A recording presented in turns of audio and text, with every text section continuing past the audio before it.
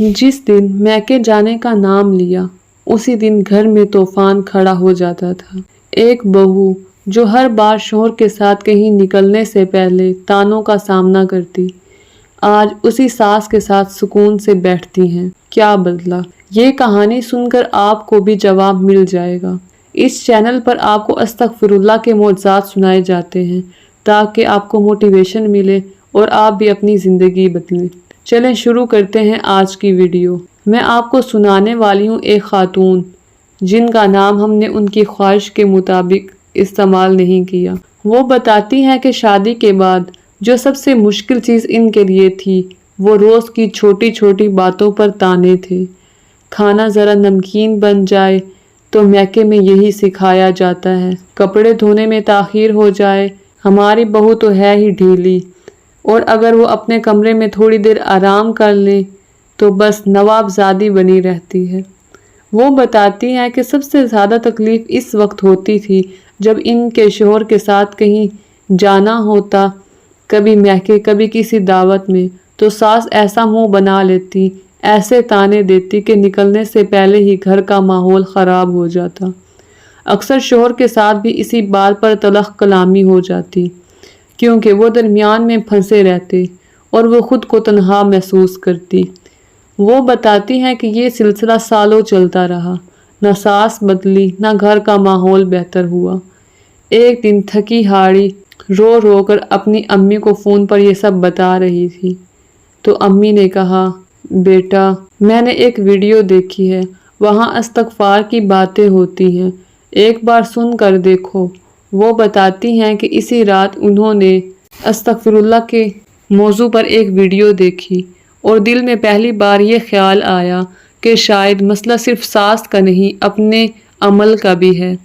अल्लाह ताला ने कुरान मजीद में फरमाया, और जो कोई बुरा काम करता है या अपनी जान पर जुल्म करता है फिर अल्लाह से मग़फ़िरत मांगता है तो वो अल्लाह को बख्शने वाला मेहरबान पाएगा। सूरत निसा आयत नंबर 110। वो बताती हैं कि इब्तिदा में ये बहुत मुश्किल लगा, जब अगली सुबह फिर वही ताने शुरू हुए तो इनका दिल चाहा कि मैं जवाब में वही लहजा अपनाऊं जो हमेशा से चलता आ रहा था, लेकिन इन्होंने कोशिश की, दिल में अस्तग़फ़िरुल्लाह पढ़ना शुरू किया, खामोश रही और कमरे में जाकर रोई, लेकिन ज़बान से कुछ नहीं कहा। रसूल सल्लल्लाहु अलैहि वसल्लम ने फरमाया, जो शख्स अपने गुस्से को पिएगा हालांकि वो इसे निकाल सकता हो, अल्लाह क़यामत के दिन इसे तमाम मखलूक के सामने बुलाकर इख्तियार देगा कि जन्नत की हूरों में से जो चाहे पसंद कर ले।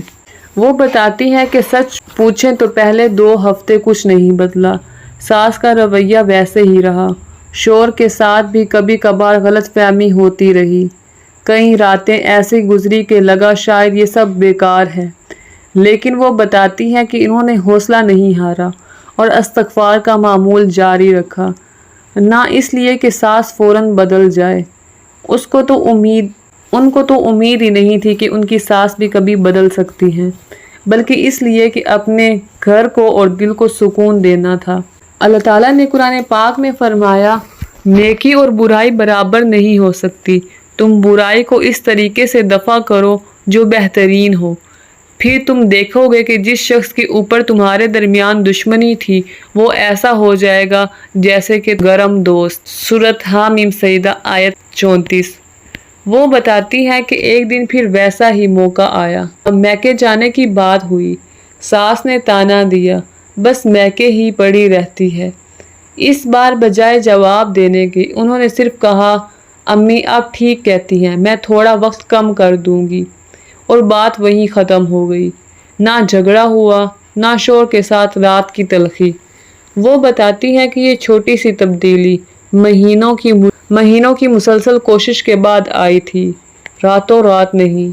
धीरे धीरे वो बताती हैं कि सास का रवैया भी थोड़ा नरम होने लगा, ताने बिल्कुल ख़त्म नहीं हुए लेकिन इनकी शिद्दत कम हो गई और घर का माहौल पहले से बेहतर हो गया। वो बताती हैं कि मुझे यकीन नहीं आता था कि ये वही सास है, और वो बताती हैं कि आज भी कभी कभार पुरानी बातें लौट आती हैं। रिश्ते मुकम्मल तौर पर बदल नहीं गए लेकिन वो खुद बदल गई हैं। اب غصے میں جواب دینے کی بجائے خاموشی اور استغفار ان کا ہتھیار بن گیا ہے اور گھر میں پہلے سے زیادہ سکون ہے۔ پیاری بہنوں، اگر آپ کے گھر میں بھی ایسی ہی صورتحال ہے، ہر بات پر تانے، کہیں جانے پر جھگڑا، شوہر کے ساتھ اسی بات پر تلخی، تو مایوس نہ ہو۔ یہ ضروری نہیں کہ راتوں رات سب بدل جائے، لیکن استغفار سے دل کا سکون ضرور آتا ہے اور رشتے آہستہ آہستہ بہتر ہو سکتے ہیں۔ آپ صبر سے کام لیجیے اور اپنے غصے پر قابو پائیں اور اللہ سے اپنے گناہوں کی مغفرت مانگیں۔ انشاءاللہ اللہ تعالیٰ آپ کے بھی گھر میں سکون پیدا کریں گے۔ آج سے آپ بھی استغفار کے چیلنج میں شامل ہوں اور روز 2000 مرتبہ استغفر اللہ پڑھیے اور اللہ سے اپنے رشتوں میں سکون اور برداشت کی دعا کیجیے۔ اگر یہ ویڈیو آپ کو پسند آئی ہو تو چینل کو سبسکرائب کیجیے تاکہ آپ اس سفر میں جڑے رہیں، اور اپنی کہانی کامنٹس میں ضرور شیئر کیجیے تاکہ دوسری بہنیں بھی ہمت پا سکیں۔